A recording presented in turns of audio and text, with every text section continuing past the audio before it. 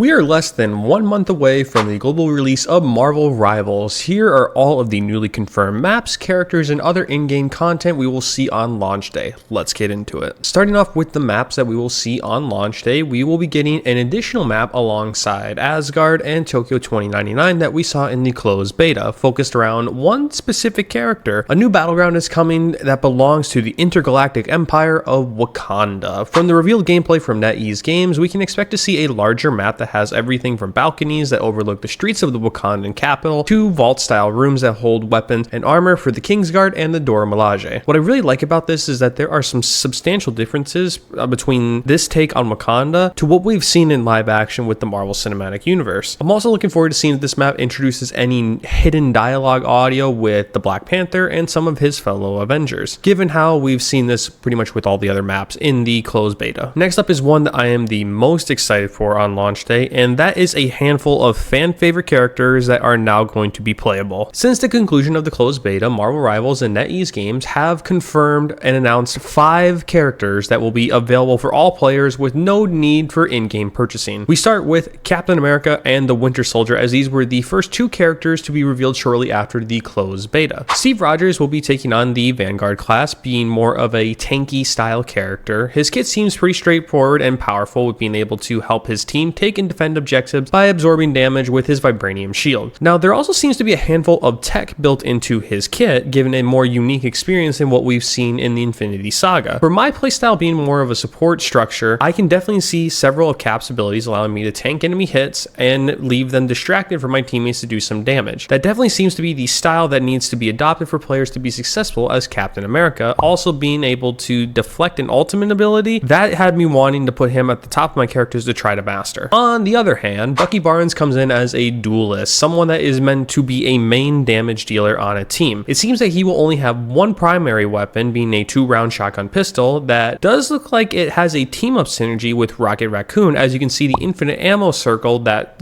Rocket gives to Punisher. Now, his main damage seems to be coming from his high-tech arm that can really pack a punch. The fact that it seems like players can spam this ability as long as they are successful with eliminating other players is definitely something we're going to see a lot of clips of. Moving on, this one caught me by surprise, and that is the mutant Psylocke. Given that we haven't seen much of Psylocke since Fox's X-Men Apocalypse, I can see a lot of players wanting to learn more about her kit. From the revealed gameplay, we aren't really able to know a whole lot about her kit. Despite being a duelist, there is definitely more utility with her kit than damage output from what we were shown. What I really do like that NetEase Games is doing is that they are tapping into her unique mutant powers and structure her abilities around that. I'll definitely have to check out the damage output though when the game launches this December. Now, the most recently revealed character that I think was one of the more anticipated ones is Clint Barton, aka Hawkeye. He will be yet another duelist, which I think there will be no shortage of at this point, and his DPS does look pretty high from the reveal trailer, being able to nearly 2-shot most characters. While he does rely on his bow and arrow for most of his kit, he does have a few abilities that really tap into his Ronin persona, as he has a sword for close range melee fights. His ultimate ability looks fantastic, with being able to rapidly fire several arrows to wreak havoc on other players. And the final character that was revealed was my favorite, and one that I'm definitely going to be trying first: Moon Knight. I was stunned that this character is going to be playable at launch, as I would have thought he would be coming much later on, but I am definitely not going to complain. Also, being part of the duelist class, Moon Knight has quite the kit. Most of his abilities rely on being able to utilize the projectiles in his kit. I'm getting a lot of Star-Lord and Punisher vibes in terms of damage output and potential playstyle. The DPS doesn't look too high compared to other duelists, but there is definitely some utility in Moon Knight's kit with being able to deal damage to enemies even if they are behind cover. And may I add, the default suit looks so good. Speaking of suits and cosmetics, we are not going to be short of these when the game launches. Now, if you play the closed alpha and or the closed beta, you will remember that there were 2 exclusive skins to show that you were a player during these exclusive test periods. Those in the closed alpha will have their own Scarlet Witch skin, and the beta testers will get their Cyan Clash Venom skin. Per the Marvel Rivals team, when you launch the game on December 6th,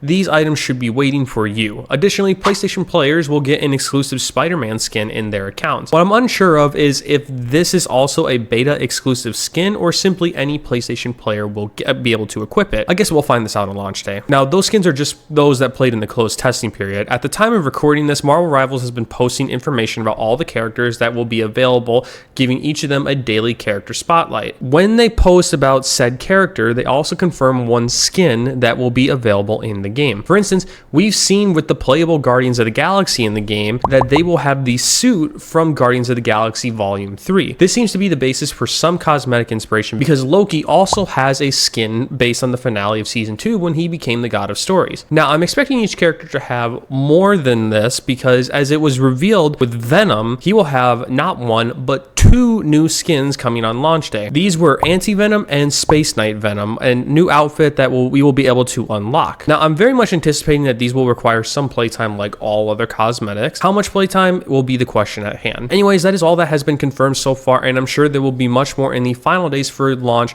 to really build up the hype. I will be live streaming and creating videos throughout that launch week, so be sure to subscribe to my channel so you don't miss out on that. Until then, have a great rest of your day, wherever you may be.